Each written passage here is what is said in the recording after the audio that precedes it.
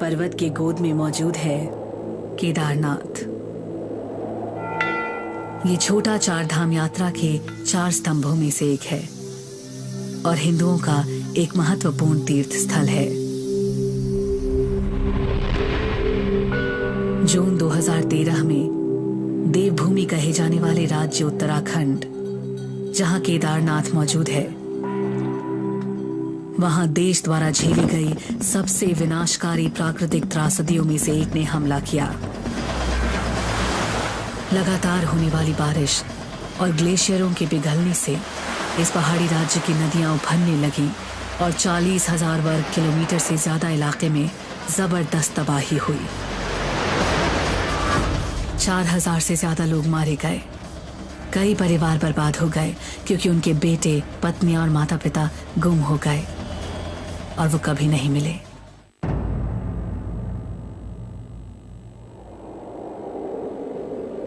केदारनाथ का पवित्र शहर सबसे ज्यादा प्रभावित हुआ क्योंकि अचानक आई एक के बाद एक 2 बाढ़ों ने इसे घेर लिया। इस बर्बादी के बावजूद मंदिर 2 महीनों के लिए सितंबर में फिर से खुला और फिर हमेशा की तरह सर्दियों के लिए बंद कर दिया गया। 4 मई 2014 इस त्रासदी के 1 साल बाद इस मंदिर तक पहुंचना एक बार फिर मुमकिन हो गया है, लेकिन एक नए और ज्यादा चुनौतीपूर्ण रास्ते के जरिए। जोश से भरे श्रद्धालुओं और स्थानीय लोगों का एक समूह मंदिर को खोलने के समारोह के लिए पहुंचा, लेकिन ये लोग जल्दी ही यहां से चले गए।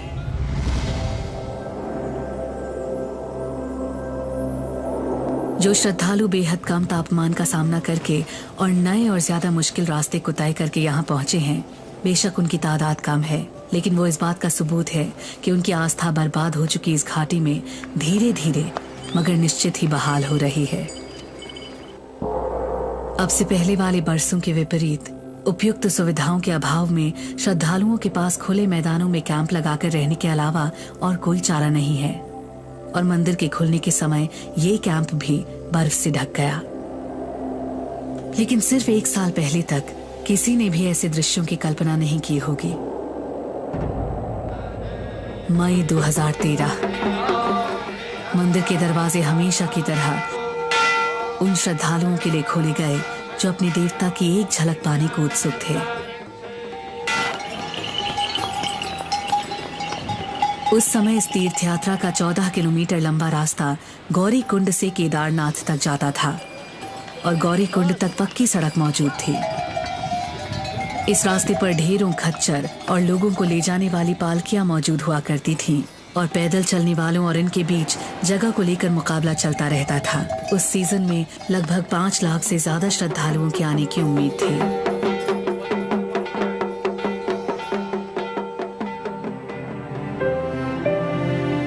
हैदराबाद से आई ऐश्वर्या अग्रवाल भी केदारनाथ आने वाली एक ऐसी ही विजिटर थी। वो उस समय 19 साल की थी और 14 सदस्यों वाले एक ग्रुप का हिस्सा थी, जिनमें उनके पिता, माँ और भाई बहन शामिल थे। केदारनाथ जाने का आइडिया मेरी आंटी का था। दरअसल हमें उस साल यूरोप जाना था, मगर हम वहाँ नहीं जा पाए क्योंकि मेरी आंटी और अंकल को कहीं और जाना पड़ा। तो हमने सोचा कि 4 धाम जाना बेहतर होगा, क्योंकि बजाय इसके कि तीनों परिवार अलग अलग जगहों पर जाएं, एक साथ मिलकर 4 धाम जाना बेहतर होगा। इसलिए हमने 4 धाम जाने का फैसला किया। लेकिन जून 2013 में मॉनसून जल्दी आ गया और मौसम की अजीबोगरीब स्थितियों की वजह से मामला और पेचीदा हो गया। उत्तराखंड की राजधानी देहरादून के भारतीय मौसम विभाग के डायरेक्टर आनंद शर्मा इस बदलाव को लेकर बहुत चिंता में थे। हुआ यह था कि एक लो प्रेशर एरिया बन गया था। उसके साथ ही बंगाल की खाड़ी में साइक्लोनिक सर्कुलेशन भी पैदा हो गया था और ये पश्चिमी दिशा में आगे बढ़ने लगा। ये वेस्टर्न डिस्टर्बेंस पैदा होती है कैस्पियन सी के ब्लैक एरिया में और वहां से ये मॉइस्चर को लेकर आगे बढ़ती है और जब ये अरब सागर के ऊपर पहुंची तो इसने अरब सागर से भी मॉइस्चर को ले लिया। तो कहने का मतलब यह है कि इस सिस्टम ने अरब सागर से भी मॉइस्चर को लिया और साथ ही बंगाल की खाड़ी से चलने वाला साइक्लोनिक सर्कुलेशन जो पूर्वी राजस्थान तक पहुंच गया था, उसने भी अरब सागर से नमी ले ली। तो इस जगह पर काफी ज्यादा नमी जमा हो गई और उसके बाद इन दोनों सिस्टम्स का इंटरैक्शन हुआ। और जब ये इंटरैक्शन हुआ तो इस सिस्टम ने अपना सारा का सारा मॉइस्चर हिमालय के हवाले कर दिया। और आमतौर पर जब ये राइट एंगल पर हमला करता है तो सारी की सारी नमी यमुना और गंगा के कछार इलाकों में पहुंच जाती है। 16 जून की सुबह तक भारी बारिश होते हुए 2 दिन बीत गए थे, लेकिन फिर भी श्रद्धालुओं के जोश में कोई कमी नहीं आई थी। ऐश्वर्या और उनके परिवार ने मंदिर में अपनी पूजा अर्चना खत्म की और अपनी गेस्ट हाउस की तरफ चल पड़े, जो मुश्किल से 50 मीटर की दूरी पर था। मंदिर के दर्शन करने वाला एक और परिवार अमित अग्रवाल का था। अमित राजस्थान के बूंदी से 8 लोगों के एक ग्रुप के साथ आए थे, जिसमें उनके परिवार के 4 सदस्य थे। इनमें उनकी पत्नी, 12 साल की बेटी और 7 साल का बेटा था। उस वक्त तक हल्की हल्की बूंदाबांदी शुरू हो गई थी, लेकिन साथ में उत्तर से जो आने वाली हवा थी वो काफ़ी तेज़ थी और काफ़ी ठंडी थी। बारिश बढ़ने लगी, बारिश तेज़ होने लगी, हवा तेज़ चल रही थी, लेकिन तब तक भी दिमाग में कहीं भी ऐसा नहीं था कि कुछ हो सकता है। 16 जून की दोपहर को अमित और उनका परिवार गौरी कुंड की तरफ बढ़ गया। दोपहर ढलने तक वो आधे रास्ते रामबाड़ा तक पहुंच चुके थे। रामबाड़ा पहुंच के हम चाहते थे कि हम जल्द से जल्द गौरीकुंड पहुंच जाएं, लेकिन हमारे मन में एक अजीब सा डर था। उस डर को देखते हुए हम जल्द से जल्द उन केदार घाटी को जल्द से जल्द पार करना चाहते थे, क्योंकि रामबाड़ा आते वक्त हमने जो भी रास्ते में देखा वो हमारे मन में एक बहुत ज़्यादा डर पैदा कर चुका था। हमारे मन में एक बहुत ज़्यादा खौफ था। हम किसी भी तरह से केदार घाटी से निकलना चाहते थे, लेकिन तभी वहाँ पे एक पुलिस वाले ने हमें रोक लिया कि आप आगे नहीं जा सकते, सिर्फ वयस्क व्यक्ति ही आगे जा सकते हैं। उसने बताया आगे एक पुल टूट चुका है और उस पुल के टूटने के कारण जब तक पुल सही नहीं हो जाता आपको रामबाड़ा में रुकना होगा। वहाँ गली में एक वहाँ की सरकार का एक रेस्ट हाउस था। हमने किसी तरह से उस रेस्ट हाउस में जगह बना ली। उस वक्त वो रेस्ट हाउस बिल्कुल भरा हुआ था लोगों से। रेस्ट हाउस के साइड में मंदाकिनी नदी बह रही थी।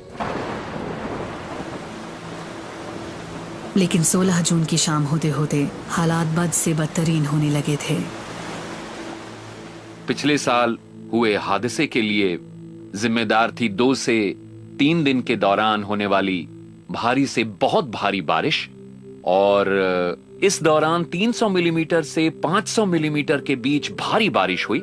आप इसका अंदाजा कुछ यूं लगा सकते हैं कि दिल्ली या पुणे जैसे शहर में किसी एक पूरे साल में करीब 800 मिलीमीटर बारिश होती है।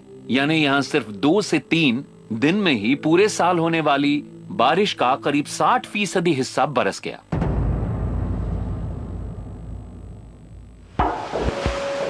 इस भारी बारिश की वजह से मंदाकिनी नदी ने खतरनाक रूप धारण कर लिया।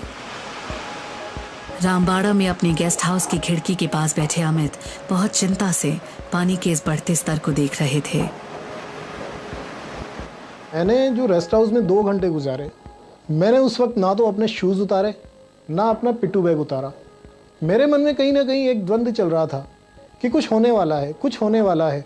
तभी रेस्ट हाउस का मैनेजर करीब 1.5 घंटे बाद रेस्ट हाउस में आके, ये बात रही होगी करीब शाम के 4 बजे की, 5 बजे की, आके बोला कि रेस्ट हाउस के बरामदे में पानी आ गया है, रेस्ट हाउस खाली करें। मैं पहले से बिल्कुल अलर्ट बैठा हुआ था। मैंने अपनी वाइफ से कहा, मैंने कहा बेटी को तुम लेके आओ। हमने बच्चों को हाथ में पकड़ा और बच्चों को खींचते हुए, बच्चे चिल्ला रहे थे, रो रहे थे, हम उन बच्चों को खींचते हुए आगे ले गए। हम करीब 300-400 मीटर ऊपर की ओर, केदारनाथ वाली दिशा में ऊपर की ओर वापस दौड़े। अमित को यह पता नहीं था कि केदारनाथ में उफनती हुई मंदाकिनी नदी ग्लेशियरों से आने वाले मलबे के साथ तबाही मचा रही है और उसने वहां के गेस्ट हाउस और मकानों को नेस्तो नाबूद कर दिया है। इधर ऐश्वर्या और उनका परिवार गेस्ट हाउस में ग्राउंड फ्लोर पर अपने कमरे में आराम कर रहा था कि तभी जबरदस्त बाढ़ ने शहर पर हमला किया। मेरे अंकल चिल्लाए, फौरन भागो। हमने तो ये सोचा भी नहीं कि क्या हो रहा है, क्योंकि हमारे पास इतना वक्त ही नहीं था। हम तो बस भागने लगे। सब लोग जहाँ जा रहे थे हम भी उनके पीछे दौड़ते जा रहे थे और हम दूसरी मंजिल पर पहुंच गए। बेड से जरा ही ऊपर एक खिड़की थी, उसके जरिए हम नदी का शोर सुन सकते थे। ये शोर बहुत ही तेज हो गया था। इस बाढ़ की वजह से केदारनाथ शहर को रास्ते से जोड़ने वाला एकमात्र पुल बह गया। इससे सब लोग इसी शहर में फंसे रह गए। नीचे रामबाड़ा और गौरीकुंड में तो और भी बड़ा खतरा इन लोगों का इंतजार कर रहा था।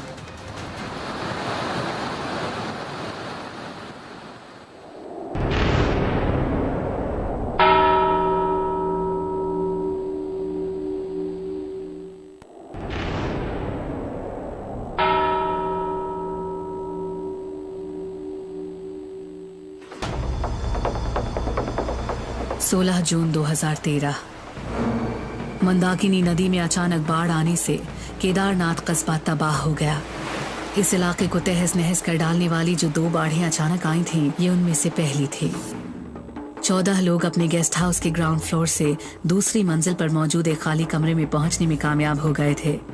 इन्हीं में ऐश्वर्या अग्रवाल और उनका परिवार भी था।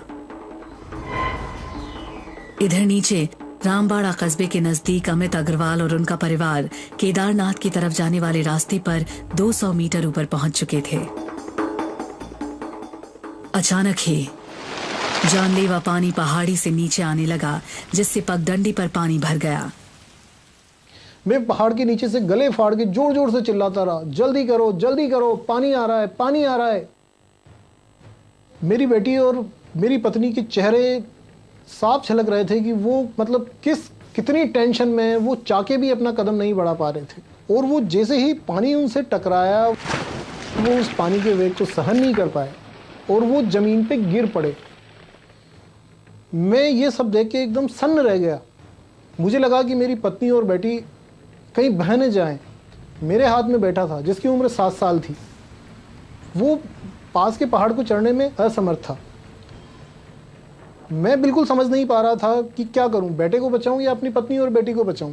तभी मुझे लगा कि 2 is greater than 1।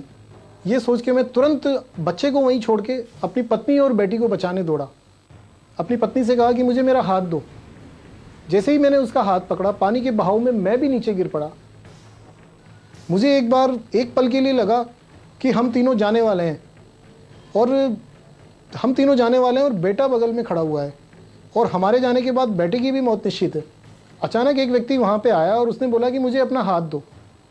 और जैसे ही उस व्यक्ति ने हाथ दिया और मैंने उस हाथ को पकड़ा, हम तुरंत खड़े हो गए। तुरंत खड़े होते ही वो उस पानी से बाहर आ गए। फिलहाल अमित का परिवार सुरक्षित बच गया था, तो वो पगडंडी को छोड़कर ऊपर मौजूद जंगलों की तरफ बढ़ गए। पहाड़ी पर इस ऊंचाई वाली जगह से अमित ने जो कुछ देखा, उसने उन्हें बहुत डरा दिया। एक जोरों की आवाज़ हुई, एक जोरों का धमाका हुआ और हमारे राइट साइड में से केदारनाथ की तरफ से एक पानी का सैलाब इस तरह से आ रहा था जैसे मैं उसको बयान नहीं कर सकता। छलांगे लगाता हुआ पानी हिमालय की चोटियों से बहता हुआ तेज पानी आ रहा था। उस सैलाब में पूरे रामबाड़ा को तबाह कर दिया। सारी दुकानें, सारे रेस्ट हाउस ताश के पत्तों की तरह बिखर गए। उस वक्त जब हम ऊपर की ओर दौड़े थे तो रामबाड़ा की हर दुकान भरी हुई थी। हर आदमी अपने आप को पानी से बचाने के लिए उसमें छुपा हुआ था। अगर हमें नीचे जगह मिल गई होती रेस्ट हाउस के आसपास किसी दुकान में, तो हम भी वहीं रुक जाते और उसके बाद क्या होता इसकी आप कल्पना भी नहीं कर सकते। हम भी उसी सैलाब में उन्हीं लोगों के साथ बह गए होते। सफर के रास्ते में बीच में मौजूद रामबाड़ा पूरी तरह से तहस नहस हो गया। अभी कुछ ही देर पहले यहाँ जो 5 होटल और करीब 150 दुकानें मौजूद थीं, अब उनका कोई नामो निशान नहीं था।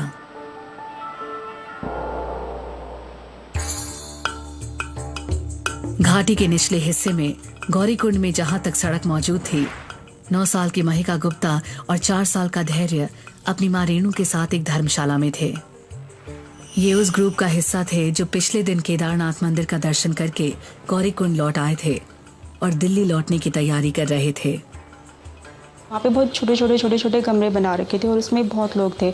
हम वहाँ पर बैठे हुए थे तो इतने में एकदम पीछे से बहुत तेज़ आवाज़ हुई, जैसे को बम फटा हो। इतनी तेज़ आवाज़ हुई और बहुत तेज़ लोगों को चिल्लाने की आवाज़ आई, भागो भागो भागो। हमने सारा सामान पकड़ा और नीचे एक टेम्पल था छोटा सा, उसमें आ गए। तो जो पुजारी था उसने बोला ओम नमः शिवाय जो आप करिए, आपको कुछ नहीं होएगा। हमने 1 बार 2 बार 3 बार मुश्किल से ओम नमः शिवाय का जाप करा और दीवार तोड़ता हुआ पानी हम सबको कहाँ भाग के ले गया किसी को नहीं पता चला।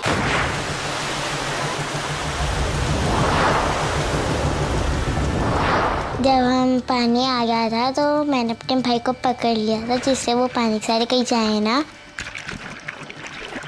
और जैसे ही पानी आया था हम सब इधर उधर चले गए थे ना।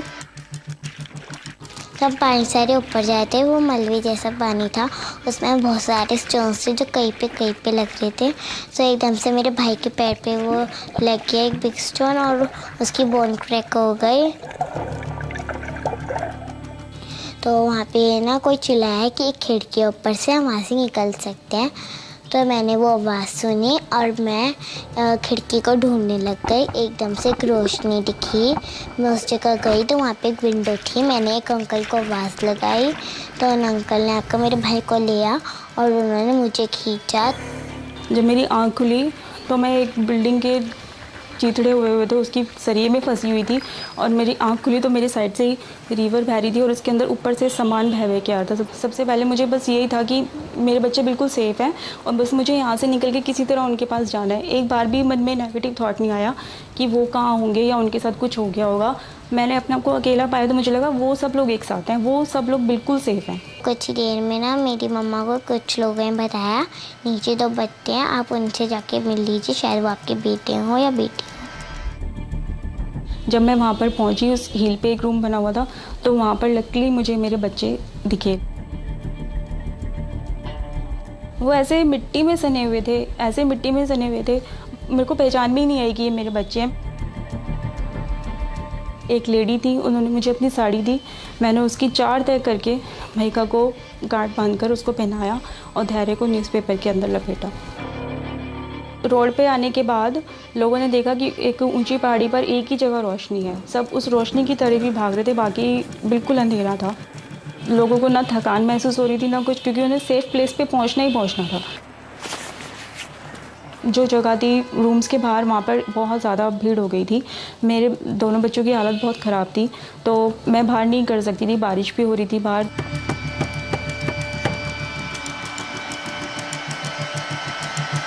हमें एक रूम मिला जहाँ पे हम 3 अंकल के साथ थे। तो उन्होंने वो रूम खोलकर मुझे और मेरे बच्चों को अंदर आने दिया। गौरीकुंड कस्बे पर भी इस हादसे का बहुत बुरा असर हुआ था। यहाँ कभी बेहद भीड़-भाड़ वाले होटल, गेस्ट हाउस और लोगों से भरा बाजार हुआ करता था, लेकिन अब यहाँ सिर्फ सन्नाटा था और साथ ही थी जिंदगी की कुछ निशानियां।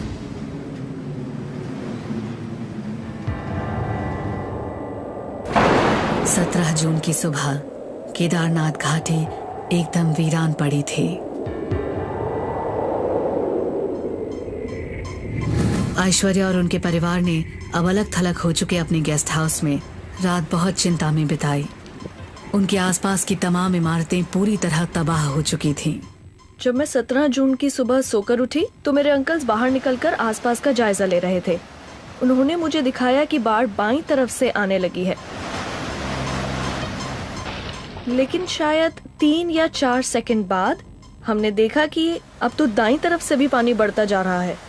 जो पानी दाईं तरफ से आ रहा था उस पानी का कलर ब्राउन था, इसमें कीचड़ थी, इसके साथ पत्थर भी आ रहे थे। शायद ये सब हमने सिर्फ 5 सेकंड तक ही देखा होगा। सच मानिए मैं तो एकदम सन्न रह गई। उस वक्त मुझे तो समझ ही नहीं आ रहा था कि आखिर हो क्या रहा है।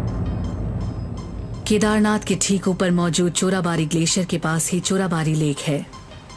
इसके किनारे टूट जाने से कीचड़, पत्थरों और पानी का एक जबरदस्त सैलाब केदारनाथ कस्बे की तरफ बढ़ चला। शुरू में तो सिर्फ पानी और पत्थर वगैरह ही बहते आ रहे थे, लेकिन जब मैंने दूसरी बार देखा तो पानी के साथ घर भी आ रहे थे। ये मंजर कुछ 2012 मूवी जैसा था। पानी के साथ साथ दूसरी बहुत सी चीजें भी बहती हुई आ रही थी, जिससे मैं बहुत डर गई थी। मैं तो घबराकर कमरे के अंदर आ गई। मुझे लग रहा था कि अब ये पानी हमसे भी आ टकराएगा। फिर अचानक इमारत भी हिलने लगी, जैसे कोई बड़ा भूकंप आ रहा हो। फिर करीब 30-40 सेकंड या शायद 3-4 मिनट बाद शोर थोड़ा मेरा मतलब इमारत का हिलना कम हो गया। तब हमने सोचा कि चलो ओके फाइन, अब हम दरवाजा खोलते हैं। तो हमने दरवाजा खोल दिया। जैसे ही मैंने दरवाजे से बाहर कदम रखा तो पता चला कि आसपास की तमाम चीजें बर्बाद हो चुकी थीं। वहाँ ना तो सीढ़ियाँ थी और ना ही कुछ और। मैं बहुत डर गई। मुझे लगा कि अब तो हम मर जाएंगे। पूरी इमारत में दरार आने के कारण हमें लगा ये किसी भी वक्त गिर जाएगी, तो मंदिर की तरफ जाना बेहतर था। पहले कमरे में करीब 24 लोग थे, तो वो पूरी तरह बह गया था और उसका फर्श झुककर जमीन पर टिक गया था। मेरे डैड ने सोचा कि हम बेडशीट की मदद से एक रस्सी जैसी चीज बनाते हैं और धर्मशाला से बाहर निकल जाते हैं। तो सबसे पहले मेरे डैड ने इस रस्सी को एक खंबे से बांधा जो दूसरी मंजिल पर मौजूद था। फिर वो नीचे चले गए।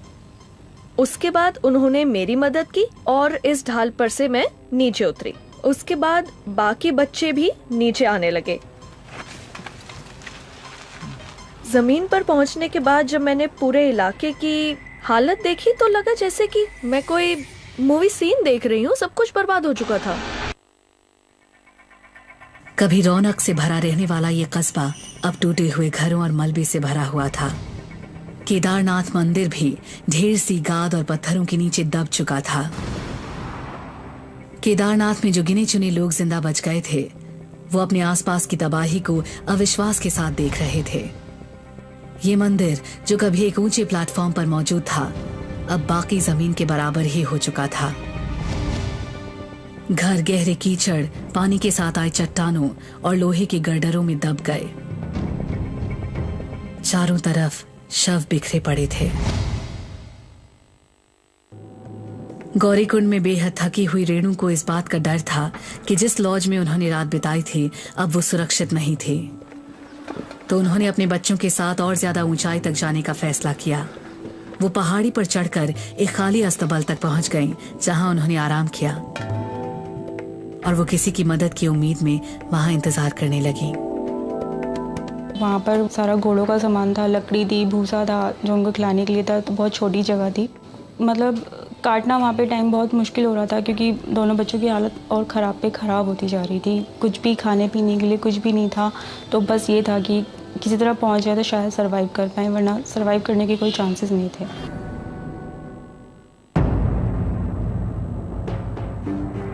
रामबाड़ा की पगडंडी से ऊपर जंगल में एक ठंडी और नम रात बिताने के बाद अमित और उनका परिवार अब पगडंडी के उस हिस्से पर लौट आया था जो अब भी ठीक ठाक था। अमित को एक प्लास्टिक शीट मिल गई थी जिसके नीचे छिपकर वो और उनका परिवार किसी तरह बारिश और ठंड से बचने की कोशिश करने लगे। रात को हमारे साथ एक विचित्र सी घटना हुई। एक बुजुर्ग व्यक्ति, हर कोई बुजुर्ग व्यक्ति जो अकेला था, असहाय था, वो एक आसरा चाह रहा था, तो वो हमारे त्रिपाल के अंदर घुसने की कोशिश करता। वो आदमी, रात भर बूंदाबांदी थी, ओस गिरती है और ओस में सांस लेने में भी तकलीफ आती है। वो चाहता था कि हम इसकी त्रिपाल के अंदर बैठ जाऊं। वो मुझे धक्का देता कि बेटा मुझे अंदर बिठा ले। त्रिपाल में इतनी जगह नहीं थी कि मैं उसको अंदर ले सकूं। सुबह हमने देखा कि वो उस व्यक्ति की लाश हमारे बगल में पड़ी है। उसको बिठाने के लिए या तो मैं अपने परिवार के किसी सदस्य को त्रिपाल के बाहर निकालता या मैं खुद बाहर आता, और मैं ऐसा नहीं कर सकता था।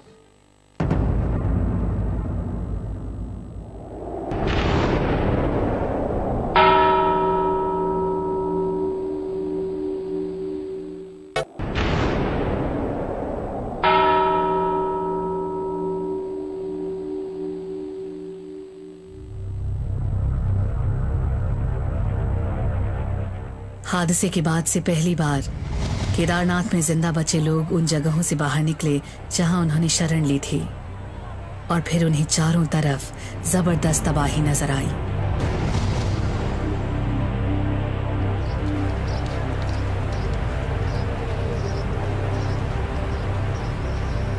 कोई मदद की उम्मीद है भैया?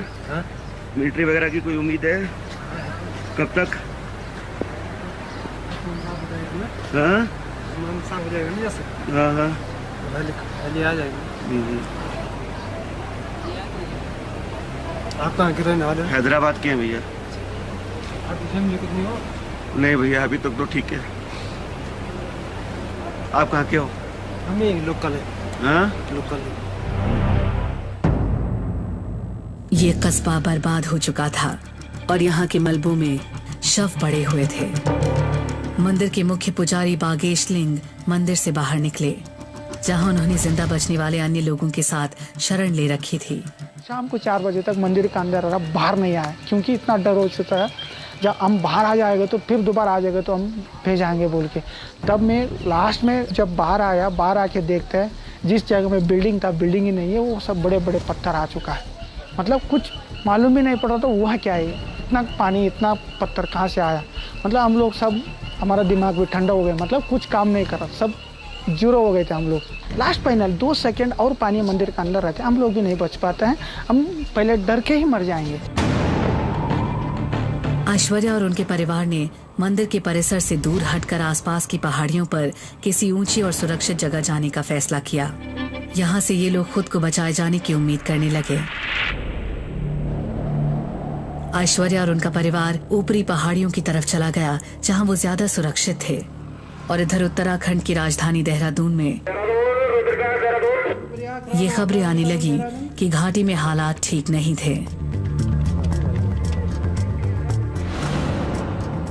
स्टेट सेक्रेटेरिएट में additional chief secretary Rakesh Sharma एक ऐसी त्रासदी से जूझ रहे थे जिसका आकार लगातार बढ़ता जा रहा था। हम सब जानते हैं कि 16 और 17 को ये बड़ा हादसा पेश आया था। इसके आते ही हमें केदारनाथ से वायरलेस के जरिए पहली SOS कॉल मिली कि वहां कुछ हो गया था।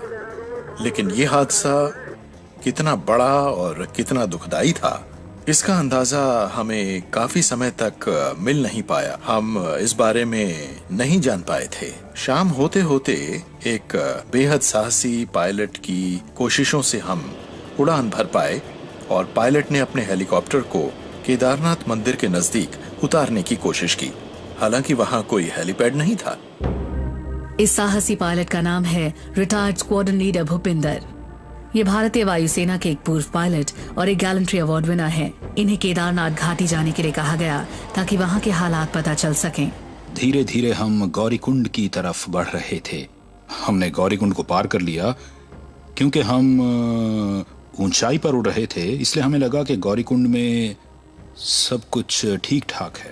लेकिन फिर उससे आगे हमें अंदाजा हुआ कि ट्रैक कई जगहों पर गायब था। वहाँ कई झरने नजर आ रहे थे जो कि पहले मौजूद ही नहीं थे। ये झरने एकदम नए थे और ये जहाँ भी दिख रहे थे वहाँ पतला सा रास्ता गायब हो गया था। मतलब ये कि रास्ता कई जगहों पर टूट गया था और इन हिस्सों में लोग फंसे हुए थे। तब जाकर सबसे डरावनी तस्वीर मेरी आंखों के सामने आई। अचानक हमें लगा कि हम तो रामबाड़ा को पहचान ही नहीं पा रहे थे, जबकि हम रामबाड़ा के ऊपर थे। तब मुझे समझ में आया कि रामबाड़ा का तो वजूद ही खत्म हो गया था, वो तो पूरी तरह गायब हो चुका था। भारतीय वायुसेना के एयर कॉमोडोर इसर तब देहरादून के जॉली ग्रांट एयरफील्ड में थे। असल में ऑपरेशंस की शुरुआत 18 जून की सुबह हुई। उस दिन हमने हालात का जायजा लेने के लिए एक उड़ान भरी थी। तो उस वक्त केदारनाथ की तरफ उड़ान भरते हुए हमें नुकसान का असल अंदाजा हुआ। नुकसान का अंदाजा होते ही हमने फौरन हेलीकॉप्टरों को खास तौर पर केदारनाथ से लोगों को निकालने के काम पर लगा दिया।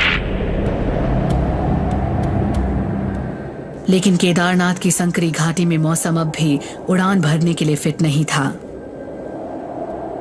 19 को जब हमें ये अंदाजा हुआ कि मौसम की वजह से हम जॉली ग्रांट से ही अपने ऑपरेशंस को नहीं चला पाएंगे, तो हमें फॉरवर्ड बेसिस को लॉन्च करना पड़ा। 19 तारीख को ही हम 16 हेलीकॉप्टर्स को इस्तेमाल करने लगे थे। हम जानते थे कि हमें वहां ईंधन नहीं मिलेगा क्योंकि सड़कें बह चुकी थीं। इसलिए हमें झटपट एक प्लान बनाना था कि वहां तक फ्यूल कैसे पहुंचाया जाए ताकि ज्यादा से ज्यादा लोगों को वहां से बचाया जा सके। इस ऑपरेशन के लिए ये जरूरी था कि हेलीकॉप्टरों के लिए पर्याप्त ईंधन मिल पाता। तो ऐसे में इंडियन एयरफोर्स ने एक अनोखा समाधान निकाला। मी-26 जो कि दुनिया का सबसे बड़ा हेलीकॉप्टर है, हमने उसमें खाली फ्यूल बाउजर्स को रख दिया और फिर उन्हें कई जगहों पर हमने पहुंचा दिया, जैसे कि धरासू और गौचर और जोशीमठ में भी। लेकिन विशाल मी-26 हेलीकॉप्टरों में ईंधन को लेकर उड़ना ही काफी नहीं था। इस मुश्किल दौर में और भी हिम्मत भरी कोशिशों की जरूरत थी। भारतीय वायुसेना ने अपने C-130J हर्क्यूलीज विमान में तेल रखकर उसे धरासू में मौजूद इस्तेमाल में न आने वाले एयरफील्ड पर उतारने का फैसला किया। अब ये एयरफील्ड ही फिर से ईंधन भर चुके हेलीकॉप्टरों का एक फॉरवर्ड एयरबेस बनने वाला था। C-130 जिसे हमने हाल ही में हासिल किया है, ये वाकई वर्सेटाइल एयरक्राफ्ट है। हमने न सिर्फ इसे धरासू में उतारा, वहाँ एक मिनी एयरबेस बनाया, बल्कि इसमें से ईंधन को निकाल के इन बाउजर्स में हमने भरा ताकि हेलीकॉप्टर अगले दिन उड़ान भर सकें।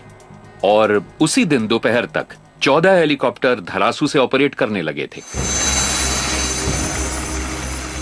इन बचाव अभियानों में करीब 60 एयरक्राफ्ट्स का इस्तेमाल किया गया।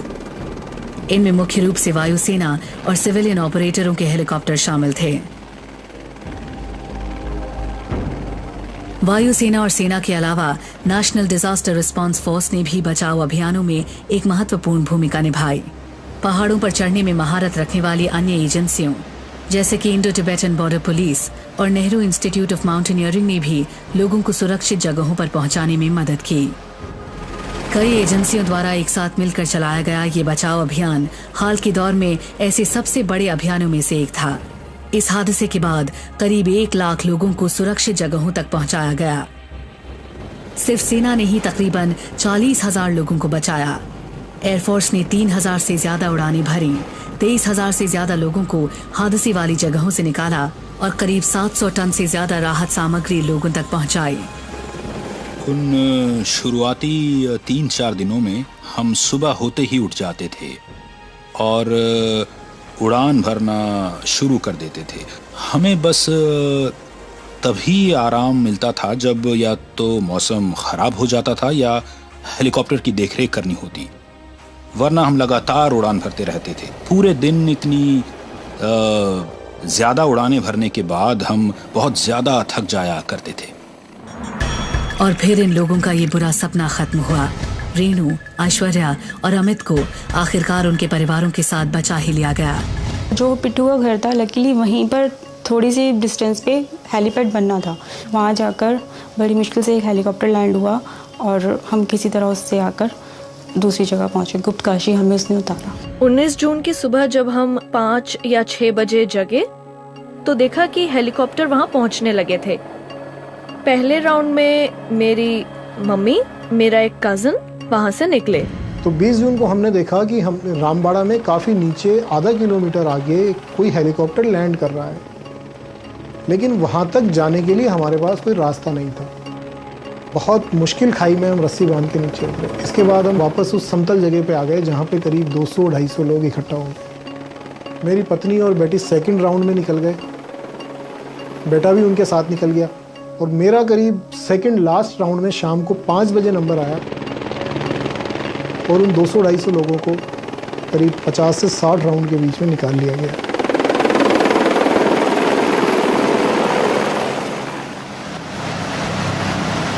सैलानियों और श्रद्धालुओं को तो देखकर बचा लिया गया, लेकिन केदारनाथ घाटी के स्थानीय लोग गंभीर मुश्किलों में थे। बेहिसाब गांव और घर बह गए थे।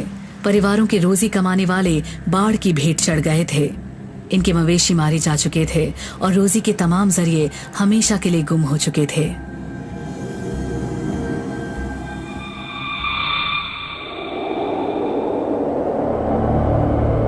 सबसे बुरी तरह प्रभावित इलाकों में से एक था उत्तरकाशी जिला। यहाँ इमारतें उफनते पानी में समा रही थीं और ये जगह ऐसे ही डरावनी दृश्यों के लिए मशहूर हो चुकी थी।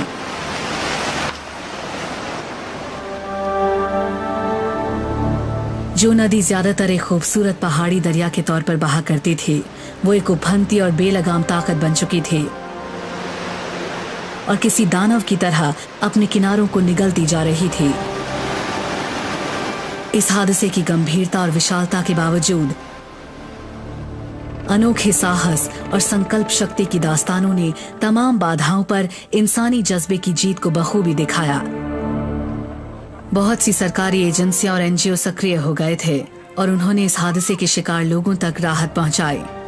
हमने सबसे पहला काम किया कि लोगों को इवैक्यूएट कराएं, लोगों को सुरक्षित स्थानों तक ले जाएं और एक बार लोग सुरक्षित स्थान तक पहुंच जाएं तो उनकी जो बेसिक नीड्स हैं वो लोगों को मिले।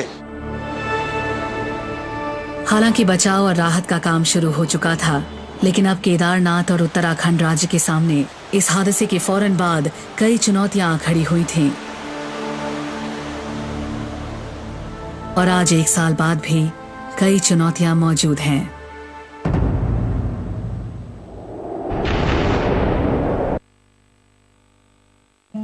और हर कहीं बड़े बड़े पत्थर बिखरे पड़े हैं।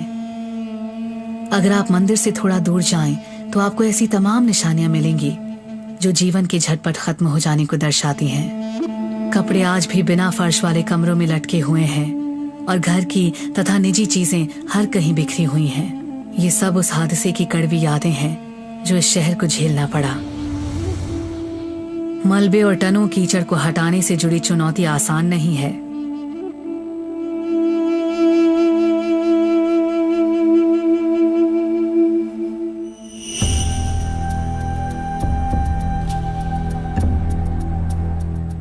देहरादून में जियोलॉजिकल सर्वे ऑफ इंडिया के डायरेक्टर वी.के. शर्मा के पास कुछ सुझाव हैं। मंदिरों के चारों तरफ मलबा इकट्ठा हो गया है, जिसे फौरन हटाए जाने की जरूरत है।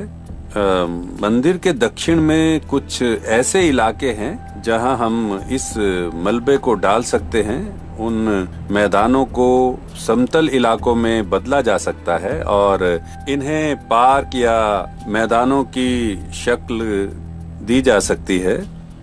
दूसरी बात यह है कि कुछ बड़े पत्थरों को विस्फोट से तोड़ने की जरूरत है, जिसके लिए हमने ग्रीन ब्लास्ट टेक्नोलॉजी को इस्तेमाल करने का सुझाव दिया है। हमने ये भी सुझाव दिया है कि नए कस्बे को एक ज्यादा सुरक्षित जगह पर बनाया जाए और नदियों को चैनलाइज किया जाए, नदी के किनारों को मजबूत बनाया जाए, मंदिर के पिछले वाले हिस्से को भी और मजबूत बनाया जाए ताकि उस पर बड़े पत्थरों का असर ना हो। ये बहुत ऊंचाई वाला इलाका है और यहाँ मौसम और पहुंच से जुड़ी दिक्कतें भी मौजूद हैं। लिहाजा भविष्य चुनौतियों से भरा महसूस होता है। मुझे लगता है कि इतने बड़े इलाके को फिर से सामान्य बनाने में शायद 1 दशक लग जाएगा। अगर किसी साइक्लोन, सुनामी या केदारनाथ जैसे हादसे से तबाही होती है, तो हर मामले में हालात को पहले जैसा सामान्य बनाने के लिए 5 से 10 साल लग सकते हैं। भारत ने जिस सुनामी का सामना किया था, उसके प्रभाव को खत्म करने में 10 साल लग ही गए। ये एक ऐसी जगह है जहां काम वाला सीजन सिर्फ 3 या 4 महीने होता है और इन 3-4 महीनों के दौरान हर दोपहर को बारिश होती है।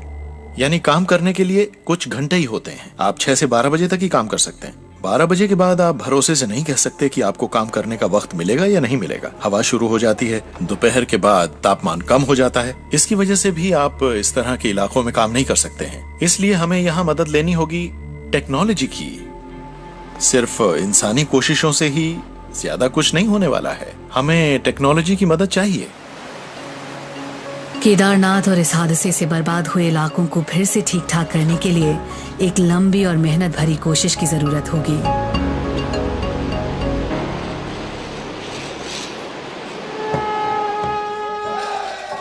लेकिन केदार घाटी और मंदिर को फिर से खोलने से कहीं ज्यादा बड़ी चुनौती है लोगों की आस्था को बहाल करना।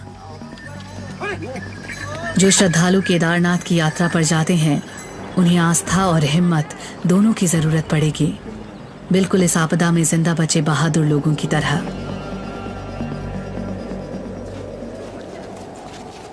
जिंदा बचने की जो हिम्मत थी, जो हौसला था, वो इसलिए था क्योंकि हम सब लोग साथ थे। अगर 3 परिवारों की बजाय सिर्फ एक परिवार ही होता तो मुझे नहीं लगता कि हम इतनी दूर तक पहुंच पाते। हम सब आपस में हिम्मत बंधाते रहे। एक पल के लिए मुझे लगा कि अगर आज मैंने अपनी पत्नी और बेटी को बचाने नहीं गया होता तो वो डेफिनेटली उस पानी में बह गए होते और उनके बिना मेरे और मेरे बेटे का जीवन भी, आप ये समझिए, एक तरह से समाप्त हो जाता। उन परिस्थितियों में मेरे लिए, मेरे द्वारा वो लिया गया निर्णय मुझे पता है गलत था, क्योंकि मैं और मेरा बेटा सुरक्षित थे। मैं सुरक्षित को छोड़ के अपनी असुरक्षित पत्नी और बेटी को बचाने गया और एक ऐसा क्षण आ गया था कि हम तीनों ही मंदाकिनी में बहने वाले थे। लेकिन ये ईश्वर की एक असीम कृपा थी कि उसने हमें उस पानी से बचाया और वापस मुझे मेरे बेटे से मिलाया। अगर मैं वो डिसीजन नहीं लेता तो डेफिनेटली मेरी पत्नी और बेटी आज मेरे बीच नहीं होते। महिका बचपन से बहादुर तो है, लेकिन जो उसको अपने भाई के लिए लव है वो इतना ज़्यादा है कि वो उसके लिए कुछ भी कर सकती है। इतना कर सकती है कि उसने कर भी दिया, अपने आप को कुछ भी करके वो उसको सेव करेगी। इतना लव है उसके अंदर उसके लिए। ब्रेवरी का काम मैंने थोड़ी ना करा है, गॉड ने करा है, गॉड ने हेल्प करी मेरी। लोग हमसे बहुत उम्मीद कर रहे थे कि हम उनकी जान बचाएंगे और हमें उनकी उम्मीद कायम रखनी थी। सारा देश हमसे उम्मीदें लगाए था और इसी बात की वजह से हम इतनी अच्छी तरह काम कर पाए।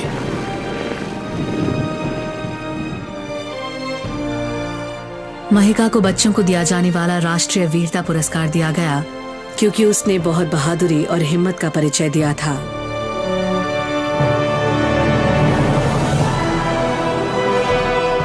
केदारनाथ ने हालांकि स्थितियों को सामान्य बनाने की दिशा में छोटे छोटे कदम बढ़ाने शुरू तो कर दिए हैं, लेकिन हालात को सामान्य होने में तो अभी काफी समय लगेगा।